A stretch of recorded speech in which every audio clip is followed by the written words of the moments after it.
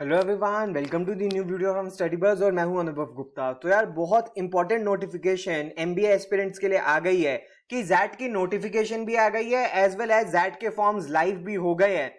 सो आज की वीडियो के अंदर मैं आपको बताने वाला हूं कि जैट का फॉर्म आपको कैसे भरना है, क्या क्या स्टेप बाय स्टेप प्रोसेस है, कौन सी मिस्टेक्स आपको बिल्कुल नहीं करनी और लास्ट डेट है 30 नवंबर, इससे पहले भर देना है, अदरवाइज लास्ट डेट निकल जाएगी। तो चलिए शुरू करते हैं। इससे पहले फ्रेंड्स हम स्टार्ट करें, I would request you channel को सब्सक्राइब करके बेल आइकन जरूर प्रेस कर देना ताकि सारी इंपॉर्टेंट वीडियोस की नोटिफिकेशन आपको मिलती रहे। एंड प्लीज हमारे साथ इंस्टाग्राम पे जरूर कनेक्ट हो जाना। हमारा इंस्टाग्राम हैंडल है studybuzz_education। इसके ऊपर हम डेली बेसिस पे बहुत इंपॉर्टेंट कंटेंट पोस्ट करते हैं। एंड आप हमारे साथ फेसबुक के ऊपर भी कनेक्ट हो सकते हैं। हमारा फेसबुक हैंडल का नाम है स्टडी बज़। तो फ्रेंड्स अगर मैं बात करूं जैट 2022 के बारे में, तो रजिस्ट्रेशन इसकी 10 अगस्त 2021 से शुरू हो चुकी है। लास्ट डेट इसकी 30 नवंबर 2021 है, यानी कि कैट एग्जाम के जस्ट बाद इसकी लास्ट डेट है। लेकिन I would like to request you, please last date का वेट मत करना।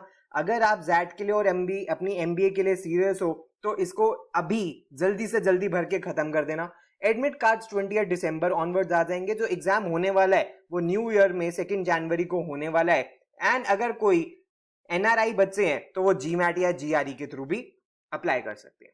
तो फ्रेंड्स अगर मैं जैट की एलिजिबिलिटी के बारे में बात करूं तो जैट का एग्जाम उन बच्चों के लिए बहुत इंपॉर्टेंट है जिनकी ग्रेजुएशन में 50% से लेस मार्क्स है। तो majority of exam 50% minimum marks मानते हैं, लेकिन जैट के एग्जाम के अंदर ऐसी कोई भी मिनिमम रिक्वायरमेंट नहीं है। तो अगर आपके 50% से भी लेस मार्क्स है तो भी आप एलिजिबल हो अप्लाई करने के लिए। मिनिमम रिक्वायरमेंट है कि आप ग्रेजुएट होने चाहिए और मिनिमम 3 इयर्स की आपकी ग्रेजुएशन होनी चाहिए। अगर आप फाइनल ईयर के अंदर भी हो अपनी ग्रेजुएशन के, तब भी आप एलिजिबल हो अप्लाई करने के लिए। जो भी इंडियन कैंडिडेट्स हैं उनको मैंडेटरी अप्लाई होना पड़ेगा, अपीयर होना पड़ेगा जैट 2022 के अंदर। लेकिन जो एनआरआई या फॉरेन कैंडिडेट्स हैं वो जीमैट के थ्रू भी अप्लाई कर सकते हैं।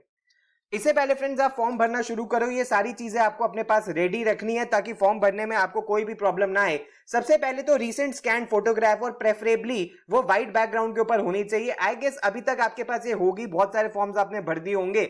जो आपने कैट के लिए फॉर्म भरा था और उसमें जो फोटोग्राफ यूज करी थी वही आप फोटोग्राफ यूज कर सकते हो। वो ही फोटोग्राफ यूज करना जिसकी आपके पास हार्ड कॉपी भी हो कई सारी, बिकॉज ये आपको आगे एडमिट कार्ड पे भी लगानी पड़ेगी। सिग्नेचर्स आपको अपने स्कैन करके रख लेने हैं। उसके बाद आपको एक प्रूफ ऑफ आइडेंटिटी चाहिए होगा जो आपको अपलोड करना पड़ेगा। Aadhaar card, PAN card, voter ID card, कोई भी हो सकता है। अगर आप किसी कैटेगरी को बिलोंग करते हो तो आपको आपका कैटेगरी सर्टिफिकेट चाहिए होगा। उसके बाद आपको मार्कशीट्स चाहिए होंगी 10th की, 12th की, ग्रेजुएशन की। लेकिन ये सबसे अच्छी बात है कि कहीं भी अपलोड आपको नहीं करनी, सिर्फ और सिर्फ मार्क्स फिल करने के लिए आपको ये चाहिए होंगी। तो अगर आपके पास 10, 12 तो ग्रेजुएशन, जहां तक के भी आपके पास ग्रेजुएशन में मार्कशीट अवेलेबल है या आपके पास स्कोर अवेलेबल है, वो प्लीज अपने पास रेडी रखना। एंड डेबिट, क्रेडिट कार्ड या नेट बैंकिंग आपको चाहिए होगी फी पेमेंट की। प्लीज कोशिश करना कि यूपीआई से थोड़ा अवॉइड करो, बिकॉज हमने बहुत बार देखा है कि ये ट्रांजैक्शंस फेल हो जाती हैं, उसके बाद इश्यूज क्रिएट होते हैं। तो डेबिट, क्रेडिट कार्ड या नेट बैंकिंग के थ्रू आप फीस पे कर देना। इसके अलावा फ्रेंड्स ये बात का आप बहुत ज्यादा ध्यान रखना कि जब भी आप क्लास 10th के मार्क्स डाल रहे हो, 12th के मार्क्स डाल रहे हो या ग्रेजुएशन के मार्क्स डाल रहे हो, आपको सारे के सारे सब्जेक्ट्स इंक्लूड करने हैं, इररिस्पेक्टिव ऑफ द फैक्ट कि वो एडिशनल सब्जेक्ट था या नहीं था। अगर चाहे वो आपका 6 सब्जेक्ट था, 7 सब्जेक्ट था, 8 सब्जेक्ट था, अगर वो आपकी मार्कशीट के अंदर मेंशन्ड है तो आपको उसको डालना मैंडेटरी है। उसके बाद अगर मैं ग्रेजुएशन के बारे में बात करूं तो अगर आपके पास कंप्लीट रिजल्ट ग्रेजुएशन का नहीं है तो जितने भी सेमेस्टर्स का आपके पास रिजल्ट है, जितने भी ईयर्स का रिजल्ट है, उसका एग्रीगेट आप डालोगे। यानी कि जितना भी आपका एग्रीगेट स्कोर बनता है वेरियस सेमेस्टर्स के अंदर और ईयर्स के अंदर मिला के, जहां तक अवेलेबल है वो मार्क्स आप इनपुट करोगे। एंड अगर आपको कोई क्लैरिफिकेशन चाहिए मार्क्स के बारे में, कैटेगरी सर्टिफिकेट के बारे में, वर्क एक्स के बारे में, पेमेंट के बारे में, फोटो के बारे में, सिग्नेचर के बारे में, आईडी प्रूफ के बारे में, तो आप सीधा जैट को ईमेल कर सकते हो इस ईमेल आईडी के ऊपर। ये मैंने नीचे डिस्क्रिप्शन बॉक्स के अंदर भी। तो फ्रेंड्स सबसे पहले हमें क्या करना है, हमें जैट ऑनलाइन की वेबसाइट के ऊपर जाना है। ये लिंक भी मैंने डिस्क्रिप्शन बॉक्स के अंदर दिया और हमें रजिस्टर के ऊपर क्लिक करना है। रजिस्टर के ऊपर क्लिक करेंगे तो एक ऐसा डायलॉग बॉक्स ओपन हो जाएगा। यहां हम अपनी सारी डिटेल्स डालेंगे, मोबाइल नंबर डालेंगे और प्लीज पासवर्ड करेक्टली डालना, बिकॉज यही पासवर्ड से आपको आगे लॉगिन भी करना होगा। एंड प्लीज इसको कहीं लिख के रख लेना, बिकॉज जनरली बच्चे कोई पासवर्ड लगा देते हैं फिर बाद में भूल जाते हैं और फिर उन्हीं कोई प्रॉब्लम क्रिएट होती है। कैप्चा आप डालोगे, एग्री करोगे और ये रजिस्टर पे आप सिलेक्ट करोगे। होगा क्या, इसके बाद आपको एक ईमेल आएगी आपके इनबॉक्स के अंदर, जो आपने यहाँ पे ईमेल एड्रेस डाला है और उसके बेसिस पे वहां पे आपको वेरीफाई करना होगा। इन केस अगर आपने जैट 2021 का फॉर्म भरा था तो वो ये सेम ईमेल आईडी नहीं लेगा, तब आपको रजिस्टर करने की कोई रिक्वायरमेंट नहीं है, आप सीधा लॉगिन कर सकते हो अगर आपके पास आपका आईडी पासवर्ड है तो। और अगर आईडी पासवर्ड नहीं है तो आप लॉगिन में जाके अपना रीसेट भी कर सकते हो आईडी पासवर्ड से। सिर्फ उन्हीं बच्चों के लिए जिन्होंने 2021 में भी फॉर्म भरा था, वो उनको रजिस्टर करने की जरूरत नहीं है, वो सीधा लॉगिन कर सकते हैं। तो जब आप कर दोगे तो आपको आएगा for example thank you for registering, मैंने एक रैंडम ईमेल आईडी से किया था, तो आप देख सकते हो। अब आप यहाँ पे जाके बैक टू होम करोगे तो जब आप लॉगिन करोगे तो आप देख सकते हो कि यहाँ पे एप्लीकेशन फॉर्म्स आपको दिख रहा है और आपको ज़ैट एप्लीकेशन फॉर्म 2022 के अप्लाई नाउ के ऊपर क्लिक करना है। अप्लाई नाउ जब आप कर दोगे तो ऐसा एप्लीकेशन फॉर्म ओपन हो जाएगा और यहाँ पे सबसे पहले आपको अपनी पर्सनल डिटेल्स डालनी है। टाइटल ध्यान से डालना, बहुत बार बच्चे मिस्टेक कर देते हैं। फर्स्ट नेम और लास्ट नेम तो आपका लिखा हुआ ही आएगा। मिडिल नेम अगर आपका कुछ है तो आप वो डालोगे। ईमेल एड्रेस डालोगे। ऑल्टरनेट ईमेल एड्रेस मैंडेटरी नहीं है लेकिन फिर भी डाल देना। मोबाइल नंबर आपका यहाँ पे लिखा ही आएगा, ऑल्टरनेट मोबाइल नंबर आप डालना चाहो तो डाल सकते हो। Date of birth please correctly mention करना, वो ही जो आपके 10th क्लास की मार्कशीट के ऊपर मेंशन्ड है। उसके बाद एज ये अपने आप बता देगा। Gender, nationality, marital status, blood group और यहीं पे फिर ऑप्शन आएगा कैटेगरी का। प्लीज कैटेगरी के अंदर कोई भी मिस्टेक मत करना, बिकॉज इसको बाद में रेक्टिफाई नहीं किया जा सकता। बाद में ही आपसे पूछेगा कि आप क्या पीडब्ल्यूडी कैटेगरी को, पर्सन्स विद डिसेबिलिटी के अंदर आप फॉल करते हो या नहीं करते, तो आप इसके अकॉर्डिंग चूज करोगे। और फाइनली इसके नीचे आपसे पूछेगा कि आप क्या कश्मीरी माइग्रेंट हो या नहीं हो, तो उसको आपको अपनी अकॉर्डिंगली चूज करना है। नेक्स्ट है आपसे आपकी पेरेंट्स की डिटेल मांगेगा।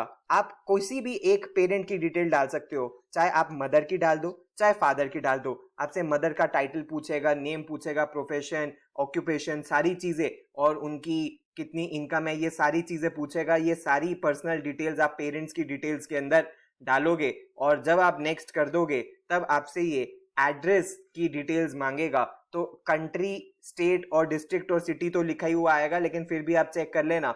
यहाँ पे आप अपना एड्रेस डालोगे, अपना प्रेजेंट एड्रेस डाल सकते हो। मान लो आपका present and permanent address different है तो आप अपना प्रेजेंट एड्रेस डाल सकते हो, कोई प्रॉब्लम नहीं है। इन्होंने आपके घर के ऊपर कोई भी एडमिट कार्ड नहीं भेजना, सारी चीजें ऑनलाइन आएंगी, तो बेटर है आप अपना प्रेजेंट एड्रेस ही डाल दो और फिर उसके बाद आप पिन कोड डालोगे और आप नेक्स्ट कर दोगे। अब नेक्स्ट आएगी एकेडमिक डिटेल्स। थैंक गॉड इसकी एकेडमिक डिटेल्स डालनी बहुत आसान है, क्योंकि आपको पहले 10th क्लास की डिटेल्स डालनी है। 10th क्लास की आप स्टेट, सिटी चूज करोगे। इंस्टीट्यूट नेम यानी कि जो आपके स्कूल का नाम था वो आप चूज करोगे। बोर्ड जो आपका था, चाहे सीबीएसई था चाहे आईसीएसई था या कोई भी स्टेट बोर्ड था, वो आप चूज करोगे। ईयर ऑफ पासिंग चूज करोगे, कोई मंथ नहीं बताना।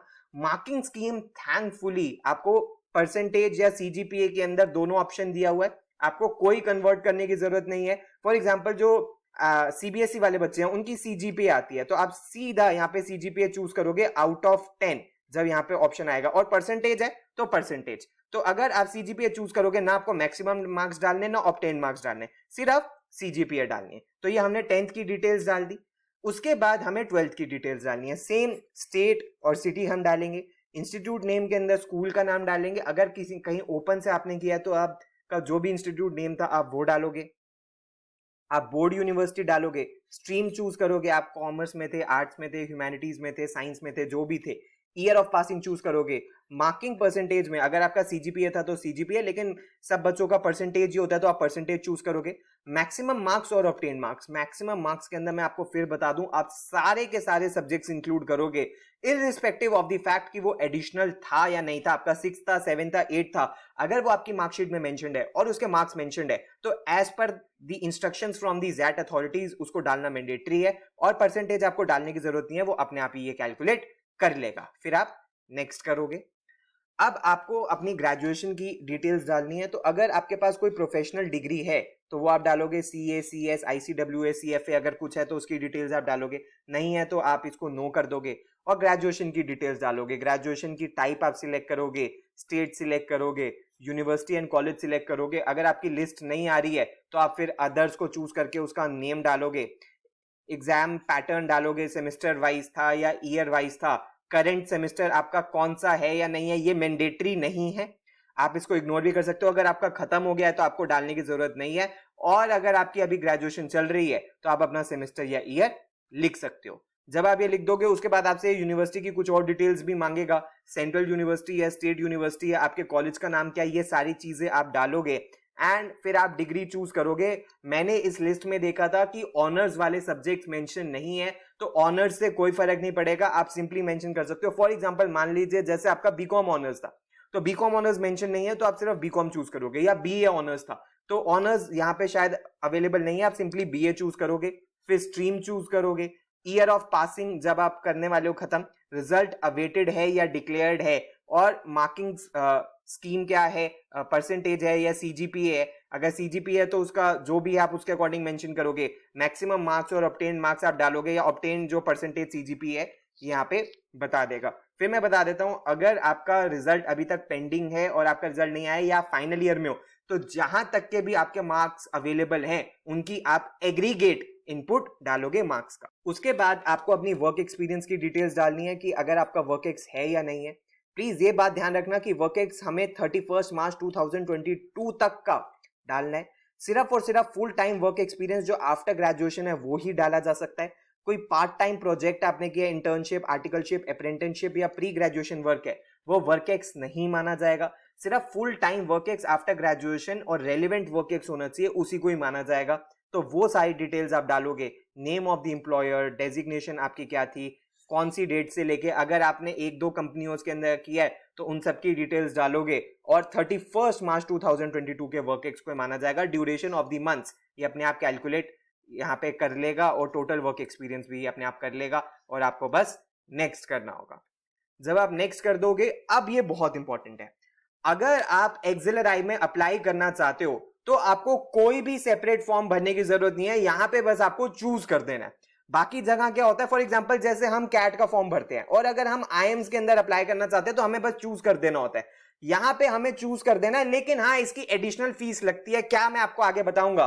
तो XLRI के लिए आपको कोई सेपरेट फॉर्म नहीं भरना, आपको सिर्फ चूज करना है आप कौन से कोर्सेज के अंदर अप्लाई करना चाहते हो। तो आई वुड सजेस्ट सिर्फ 300 रुपए की बात है, दोनों कोर्सेज को अप्लाई कर देना, ठीक है। आप एग्जीक्यूटिव के लिए तो शायद एलिजिबल होना हो, इसकी एलिजिबिलिटी आपको देखनी पड़ेगी, और एफपीएम प्रोग्राम की भी एलिजिबिलिटी आपको देखनी पड़ेगी, ये पीएचडी लेवल के प्रोग्राम्स होते हैं। फिर आपसे पूछा जाता है कि आपकी फर्स्ट प्रेफरेंस क्या है, तो आप बीएम या एचआरएम अपने अकॉर्डिंग भर सकते हो। एंड फिर उसके बाद आपको अपनी सिटी चूज करनी है।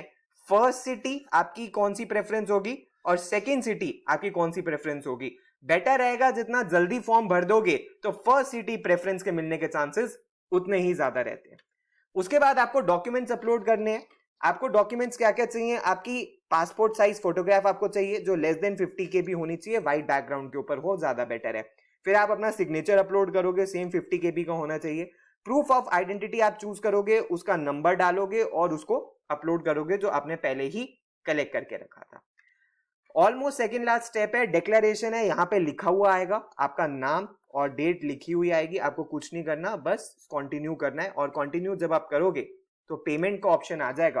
पेमेंट का ब्रेकेज मैं आपको बता देता हूँ, जैट का जो फॉर्म है वो 1800 रुपीज का है, लेकिन अगर आप XLRI के अंदर अप्लाई कर रहे हो तो हर प्रोग्राम के 300 रुपीज लगते हैं, यानी कि 300 रुपीज BM के और 300 रुपीज HRM के।